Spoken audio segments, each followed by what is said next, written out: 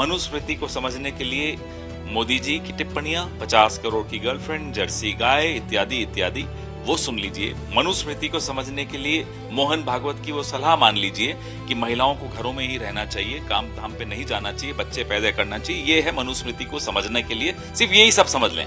कांग्रेस राज्यसभा सांसद और कम्युनिकेशन विभाग के प्रमुख पवन खेड़ा हमारे साथ है बात करने के लिए। पवन जी, जिस तरह से राहुल गांधी का जो दौरा हुआ, और हम कह सकते हैं ये चौथा था जब भारत जो गूंज है, छात्रों की गूंज, उस कार्यक्रम को एड्रेस किया राहुल गांधी ने।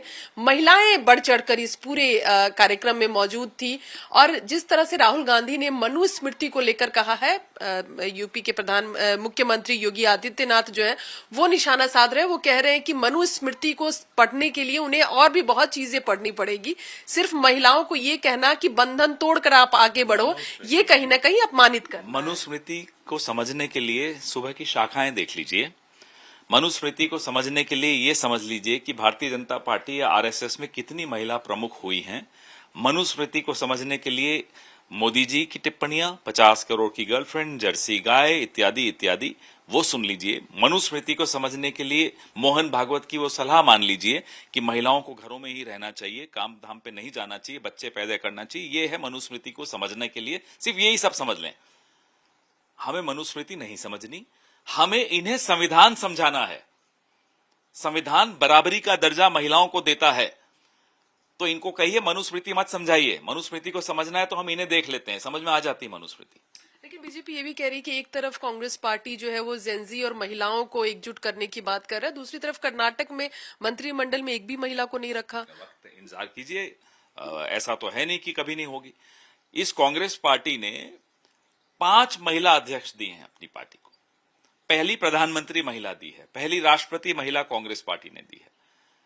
हम फिर पूछते हैं भारतीय जनता पार्टी की कोई एक अध्यक्ष बता दीजिए, महिला अध्यक्ष राष्ट्रीय हो या संघ प्रमुख कोई महिला बनी हो, भले ही अपर कास्ट हो, चलो मान लेंगे, महिला तो दो। इसलिए इनको तो कोई हक नहीं बनता कि हमें महिलाओं के बारे में सलाह दें। सोनिया जी ने सबसे पहले और सबसे ज्यादा लड़ाई लड़ी है महिला आरक्षण बिल के लिए। उस लड़ाई का नतीजा था, उस दबाव का नतीजा था कि सितंबर 2023 को वो बिल पास हो पाया। लेकिन बिल पास हुआ सितंबर में, अप्रैल 2026 तक ये सरकार उस बिल पर बैठी रही, उसको नोटिफाई नहीं किया, और आज फिर बहाने ढूंढ रही है उस बिल को लागू न करने के लिए। कभी डिलिमिटेशन का बहाना, सेंसस का बहाना। हम कह रहे हैं बहानेबाजी छोड़िए, अगर वाकई आपको महिलाओं की चिंता है तो उस बिल को लागू कर दीजिए।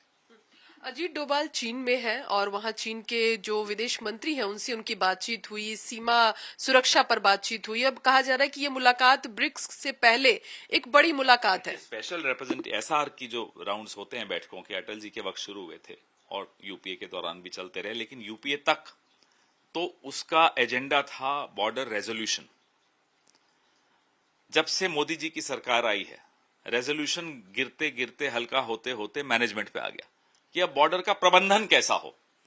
जो जहां है वहां है, तो जो जहां है वहां है के हिसाब से तो चीन भारत की सीमा के अंदर है, भारत तो चीन की सीमा के अंदर नहीं है।